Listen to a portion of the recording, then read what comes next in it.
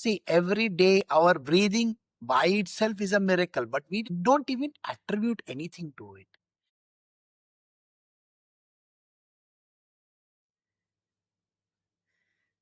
Jai Shri Krishna Guruji. Jai Shri Krishna. Yes.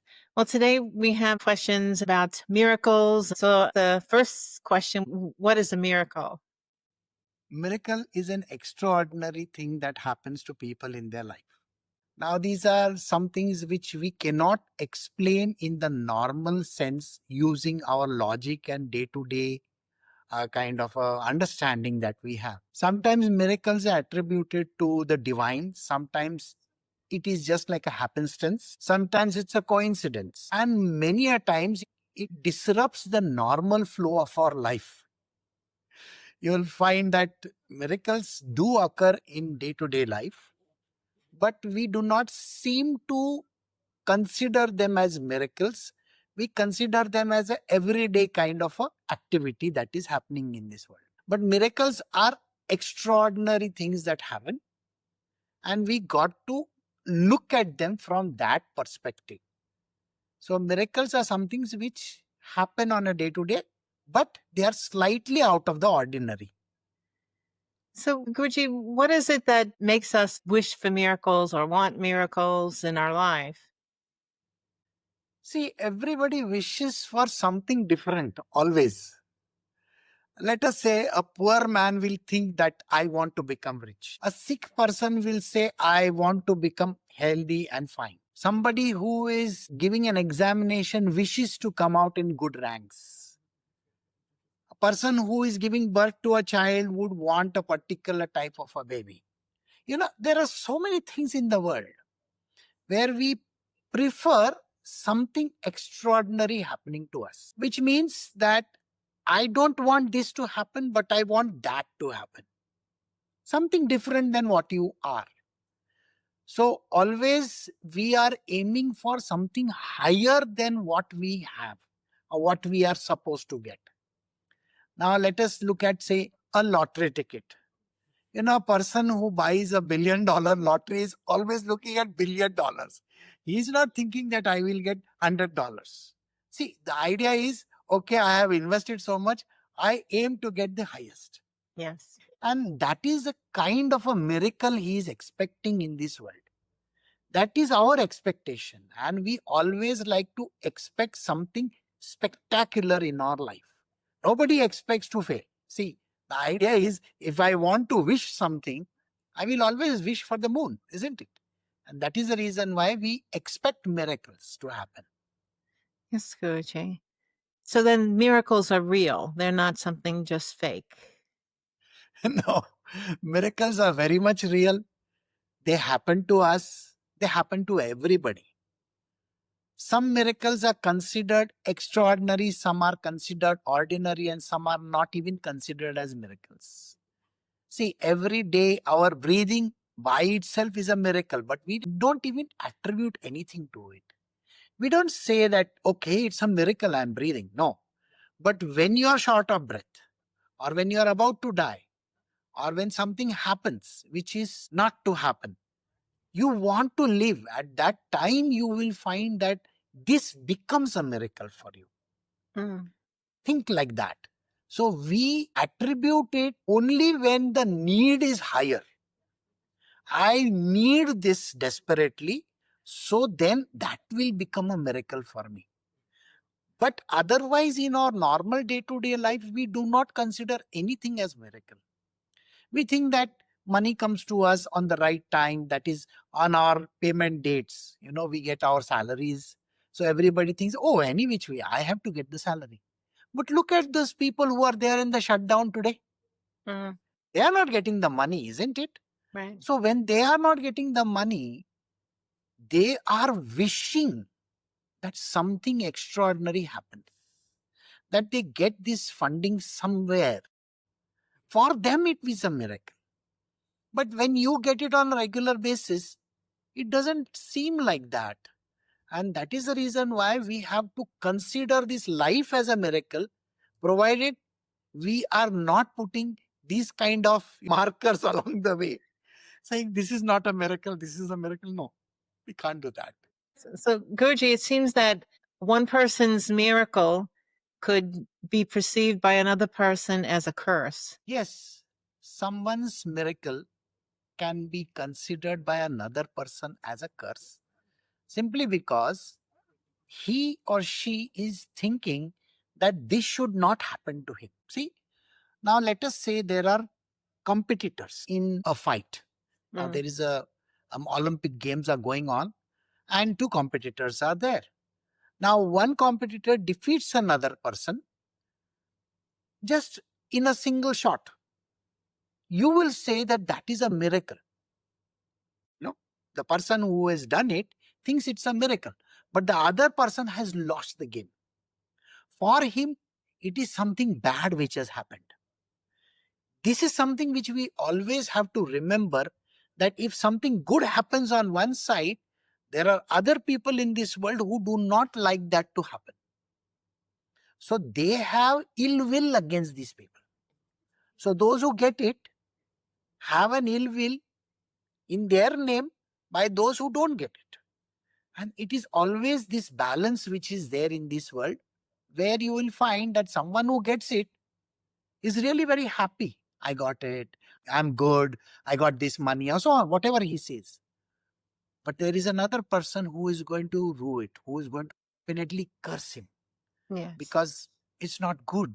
He says that how can he get it while I am not getting anything out of my life? That is the reason why miracles may also be a curse. Yes, Guruji. Where do miracles happen? Are they on the earthly plane, or are they happening in some other space? No, miracles are visible to us. So they are happening to us on the earthly plane itself. If I say that miracles are happening in another plane, that is in the spiritual plane, the spiritualists, that is those who are in the world of spirituality, do not consider anything as a miracle. For them, everything is a miracle or nothing is a miracle. This statement is true because for a normal person, that's an abnormal thing happening. But for a spiritual person, it is just a happenstance. It just happens. His word may create magic in the life of somebody.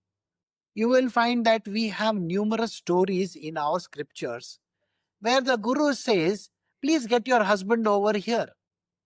The whole world knows that he's already dead. Mm-hmm. And how is it that the Guru said, please get your husband over here? And that person comes walking towards the Guru. And this is the case of Narasimha Saraswati and the lady whose husband had passed away. This is a story from the Guru Charitra, if you want to know where it is from. So naturally, these type of miracles do happen.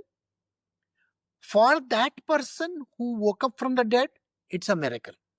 For his wife, it's a bigger miracle because she never expected her husband to be alive. Yes. But for the Guru, it was just some words. He just said, come here. That's it.